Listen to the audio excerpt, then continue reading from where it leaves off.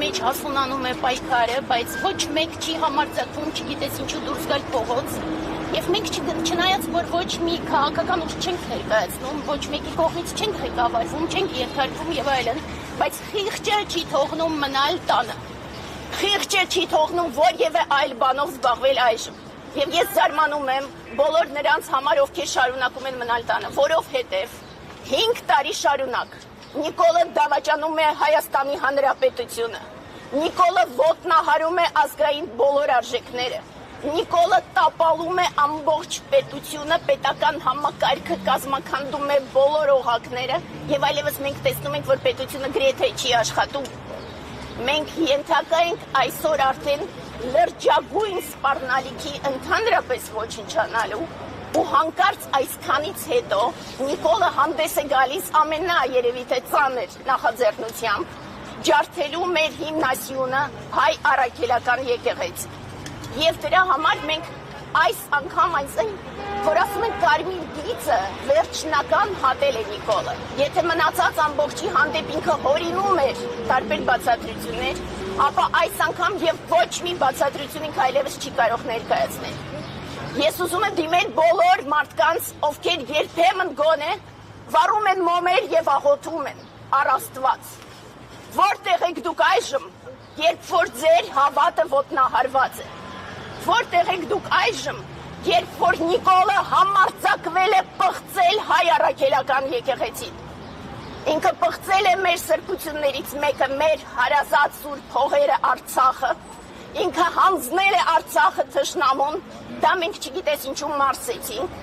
Մենք շարունակաբար մարսում ենք, որ օտար երկրյա պետությունների ներկայացուցիչները, այդ թվում թշնամական պետությունների ներկայացուցիչները գալիս են լցվում են Հայաստան, բայց հիմա, եթե մենք հանդուրժենք այս քայլերը, այլևս ընդհանրապես իմաստ չի ունենա համարել, որ մենք ունենք Հայաստան եւ մենք հայ ենք։ Ըստ ինչու են եկեղեցու դեմ արշավ հայտարարել, քանի որ գիտենք սահմանադրությամբ պետությունը եւ եկեղեցին անջատ են իրարից, նպատակը որն է գնահատել։ Առաջինը իհարկե իր համար վաղուց սահմանադրությունը եւ ընդհանրապես որևէ օրենք արժեք չէ, իսկ այս բարագայում ինքը ընկալում է, որ միակ բանը, որ շարունակում է պահել Հայաստանը, դա հենց հայ առաքելական եկեղեցին։ Եվ ես գիտեմ, որ տարբեր վերլուծաբանները մեկնաբանում են, որ Ադրբեջանի մոլլաները հարված սկսեցին հասցնել եկեղեցուն եւ ինքը պարզապես կրկնեց իրենց, սակայն ես վստահ եմ, որ դա շատ վաղուց էր իր մեջ եւ մենք կհիշենք, որ 18 թվականին ինքը նախաձեռնեց ինչ-որ արշավներ, դա իրեն չհաջողվեց, այժմ լկտիության բոլոր սահմանները հատել են։ Մենք պահանջում ենք առաջին հերթին իհարկե ոչ թե հրաժարական։ Ես չեմ պահանջում հրաժարական, ես պահանջում եմ դատել Նիկոլին անմիջապես։ Ու ես պահանջում եմ անմիջապես քրեական պատասխանատվության ենթարկել իր կենակցին այս ամբողջ բոլոր տեսակի օրենքները ոտնահարելու համար։ Անձնական վիրավորանքի։ Կենակիցը Աննա Հակոբյանն է։ Ինքը շարունակաբար ամենավերջի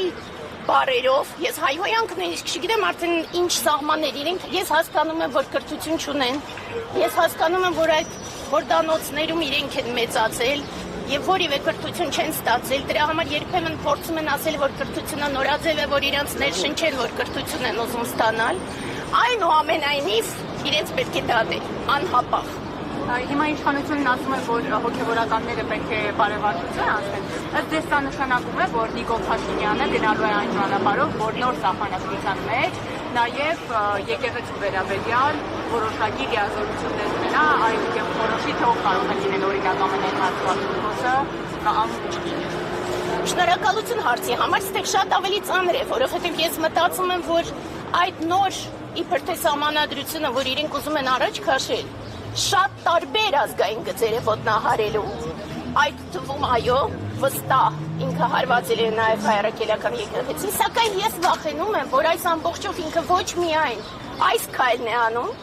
այլ նաև միաժամանակ ուզում է կոծկել այլ process-ները, որոնք որ կվախենան, որ Սյունիքի հանձնելու մասին է խոսքը։ Տիկին Մանանջյան, նայեք, այսօր իշխանության սատելիտ տարբեր ներկայացուցիչներ արդարացնում են Փաշինյանին, ասում են խնդիրներ կա, որոնց մասին պետք է բարձրաձայնել, դա ամենևին թիրախավորում չի, հարձակում չի, պետք է բաց խոսել, հասկանալ, եթե կա խնդիր եկեղեցու ներսում, պիտի դրա մասին տեղեկանա քաղաքացին։ Այս տեսակետին ինչպես եք վերաբերվում։ Ինձ համար այդպես է, ամբողջը շատ ակնհայտ է։ Եկեղեցին մասն է ամբողջ ազգի։ Եկեղեցին ազգի հիմնասյունն է եւ պահող մասն է։ Ըստ այդմ պարզ է, որ սպասավորների մեջ կարող են լինել տարբեր խնդիրներ, որտեղ իրենք մարդ են եւ հայ են։ Ու երբ որ ազգը ունենում է խնդիր նաեւ տարբեր մարդիկ։ Բայց դա ամենևին չի նշանակում, որ որևէ մեկը իրավունք ունի հարվածելու եկեղեցին։ Իմ վերաբերյալ ես ընդհանրապես այլ ճանապարհով եմ գնում զարգացման։ Ես պարզապես հասկանում եմ, որ եւ որևէ մեկը իրավունք չունի ոտնահարելու հավատ։ Տեսեք, ասում եմ, որ պետք է հենց եկեղեցին ինքը պաշտպան կանգնի իրեն, պետք է կամ փողոց դուրս գա կամ ինչ-որ այլ տարբերակով զսպի Փաշինյանի այս արշավը իրենց դեմ, բայց եկեղեցականները լռում են, հոգևորականները լռում են, ոչ վեհապար հայրապետից որևէ խոսք լսեցին, ոչ սրբազաններից, եւ ոչ սրբազանի գերու կնոջից որևէ բան լսեցին, որևէ մեկից որևէ արձագանք չեն անում։ Տեսեք, ես դրա հետ ընդհանրապես խնդիր չունեմ։ Եկեղեցին, սա շատ կարևոր է, որ մենք հասկանանք բոլոր մարդիկ։ Եկեղեցին, դա միայն սպասավորները չեն, դա միայն կառույցները չեն դարավոր։ Եկեղեցին դա մենք ենք առաջին հերթին մենք ենք։ Երբ որ մենք դուրս ենք գալիս փողոց, մենք պաշտպանում ենք մեր հավատը։ Երբ որ ես դուրս եմ գալիս փողոց, ես պաշտպանում եմ հայ առաքելական եկեղեցին որպես ազգի հիմնասյուն։ Շատ լավ, մենք պաշտպանենք, իսկ իրենք ինչ-որ բան պետք է անեն։ Իրենք պետք է անեն, իրենք վաղուց պետք է անեն։ Ճիշտն ասած, իրենք պիտի 2020 թվականին, երբ որ Նիկոլը նոյեմբերի 9-ի գիշերը, իրենք պետք է որոշում կայացնեին, որ անհապաղ դատում են Նիկոլին եւ նոր իշխանությունը ձևավորում։ Չէ, իրենք պետք է նախաձեռնեին դա։ Մարդկանց կարող է։ Առաջինը պետք է նզովեին, երկրորդը պետք է բոլորը իրենց հանդեպ մեծագույն հարգանք ունեն եւ իրենք պետք է առաջնորդեին ինչ-որ ձևով պայքարը։ Բայց մյուս կողմից Ներողություն, ճիշտ եք համարում այն եկեղեցականների դիրքորոշումը, որոնք արգելում են այսուհետ եկեղեցիներ մուտքը իրենց խոսքերով նիկոլական գաղափարախոսությունը կրողների, հաշվի առնելով այս հայտարարությունը։ Տեր Փառենն էր օրինակ նման հայտարարություն արել, որը բուռն հակազդեցության առաջացավ իշխանականների կողմից։ Ցավոք սրտի առաջինը շատ դժվար է հասկանալ, թե ովքեր են Նիկոլի հետևորդները եւ գաղափարախոսություն կրողները։ Կարելի է իհարկե դատել ինչքան ավելի տգետ դեմքով, այդքան ավելի վստահ ուրեմն Նիկոլի հետևորդն է, կարելի է ըստ այդմ շարժվել, բայց առաջին հերթին մենք պետք է հասկանանք, որ իրենք բոլորը խստագույնս մոլորյալ են։ Նիկոլը ծառայում է սատանային, մենք այստեղ հասկացել ենք, որ այսօրվա մեր կարգախոսը, եթե 5 տարի շարունակ մենք օրում ենք Նիկոլ Դավաճան, այսօրվանից մեր կարգախոսը Նիկոլ Ներապաշտ, բայց նաև մենք հասկանում ենք, որ մարդկանց զգալի զանգված այնուամենայնիվ մոլորյալ է, նաև ընդդիմության պատճառով։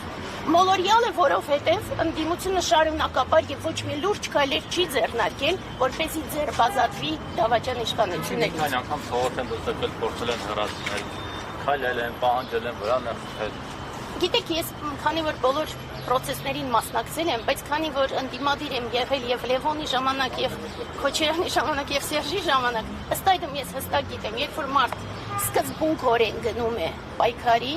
գնում է երկով, ապա գնում է մինչև վերջ։ Այսինքն որ Սերժի ժամանակ ընդդիմադիր եղել Նիկոլին է պաշտպանել 10 Ես 2010 թվականին գնացել եմ ազգային ժողով, պարանով, հայ-թուրքական պայմանագրերի դեմ եւ այլն, Նիկոլին չեմ պաշտպանել։ Հիմա ես գիտեմ, որ մոդայիկ է, բայց ես 18 թվականի ամենասկզբից հասկացա, որ այստեղ ոչ մի ընդդիմադիր պայքար։ Ինչու է ձեր կարծիքով Փաշինյանը եկեղեցու ինքնավար կառավարմանը ուղեկցվում է հայրենիախառն գրառումներով։ Սա ինչ կացակցություն։ Հիմա սա է։ Մենք առաջին հերթին դրա համար մեր կոչերից մեկը ուղղված է հենց ոստիկանությանը եւ դատական մարմիններին։ Ցանկացած բան, որ ասվում է Նիկոլի կողմից, միանգամից ընդունում է բոլոր մակարդակներով։ Իսկ հիմա երբ որ իրենք հայ ոյանքներ են ներկայացնում տարբեր մարդկանց կողմից, ոչ միայն եկեղեցու, այլ նաև եկեղեցու բոլոր պաշտպանողների կողմից եւ ոչ մեկ նախաձեռնությամբ չի հանդես գալիս իրենց դատելու։ Այն պարագան, որ Գիտեք, դա զրպարտություն չէ, ինձ չի հետաքրքրում, անձնական վիրավորանք է պիտի պատասխանատվության։ Փաշինյանը սա հանրային շահով է բացատրում, ասում է եկեղեցու հետևորդները պիտի իմանան, որ եկեղեցականներն են կուսակրոնության ուխտին հավատարիմ, որոնք են դրժել ձեր կարծիքով սա այդպես հանրային պահանջ կա, այդպես մտնել բոլորի անկողիններ ու հասկանալ ով հետ է, ով հետ չէ։ Ասեմ առանցքայինը 2020 թվականից ի վեր Նիկոլը որևէ իրավունք չունի հանրային շահերի մասին խոսելու ընդհանրապես։ Հանրություն բառը ինքը իրավունք չունի կրկնելու։ Հայաստան, հանրություն, հայ ազգ նման բառերը ինքը իրավունք չունի կրկնելու։ Եւ եթե եկեղեցու մասին ասում են, որ ինքը պիտի նզովեր, ապա մենք էլ պիտի որպես հայ իրեն գիտեք են հին Հունաստանում հակարանաֆեմա ու կարաստրագիզմա ինքը ազգ ունենալու ընդհանրապես իրավունք հայրևս չունի։ Լավագույն դեպքում թող ադրբեջանցի համարվի։ Եվ կներեք, Չկա նման պահանջ։ Չկա իսպար։ Հիմա ինչ ա լինել, ձեր ակցիան ոնց է շարունակելու, բացի այն ինչ որ համատեսվում է դրանից։ ու նաև խումբ եք վառել բացատրությունը, հա, Հաղթահանում։ Խունկ վառելու առումով այո, որովհետև Ձեզ սպասի։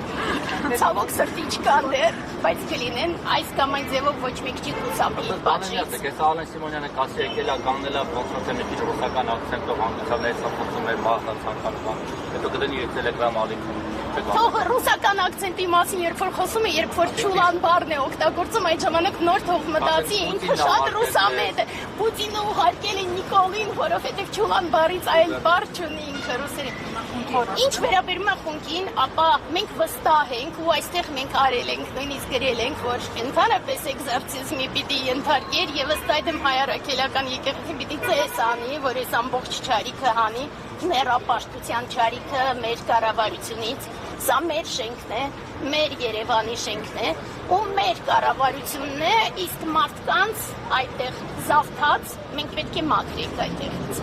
Սկսում ենք խունկից, ինչ վերաբերում է ակցիային, տեսեք նորից, մենք քաղաքական ուժ չենք, ինչպես արդեն ասեցի, եւ չենք էլ ուզում լինենք քաղաքական ուժ։ Մեր խիղճն է մեզ դրդում ինչ-որ ակցիաներ անել։ Ես հույս ունեմ, որ մարդիկ ոչ թե կմիանան մեր ակցիայի, ես չեմ ասում, ուզում են միանան, ուզում են չմիանան։ Թող իրենք ակցիաներ անեն։ Թող իրենք ամբողջ բողոքի ձայնը բարձրացնեն եւ չհամբերեն, չհանդուրժեն այս ամբողջին ինչ որ կատարվում է։ Նշեցիք, որ ուզում եք որպեսզի քրեական հետազոտությունը սկսվի, այդ քրեական պատասխանատվության ենթարկեմ արտադրումը չի կարծում, որ եկեղեցու կողմից պետք է պատասխան լինի ոչ միայն բողոքի ակցիայի մասնակիցների կողմից, այլ նաև եկեղեցու կողմից պաշտոնական պետք է պատասխան լինի, որպեսզի համապատասխան գործողություններ ձեռնարկվեն։ Տեսեք, ես հոգևոր զարգացման ճանապարհով գնացող մարդ եմ, հոգևոր կյանքով ապրող մարդ եմ, ըստ այդմ ես ինձ իրավունք չեմ վերապահում երբևիցե քննադատելու եկեղեցուն կամ էլ ասելու, որ եկեղեցի հենց հիմա ինչ որ քայլեր պետք է ձեռնարկի։ Ես հույս ունեմ, որ իրենք կհամադրեն իրենց ամբողջ ուժերը, կոչ կանեն համայն ժողովրդին եւ դուրս կգան պայքարի, բայց դա միայն հույս է։ Իսկ իմ պարտքն է այժմ այնուամենայնիվ պայքարը տանել։ Բայց կարծեմ ինչ որ կազմակերպություն ներկայացնում եք, չէ՞։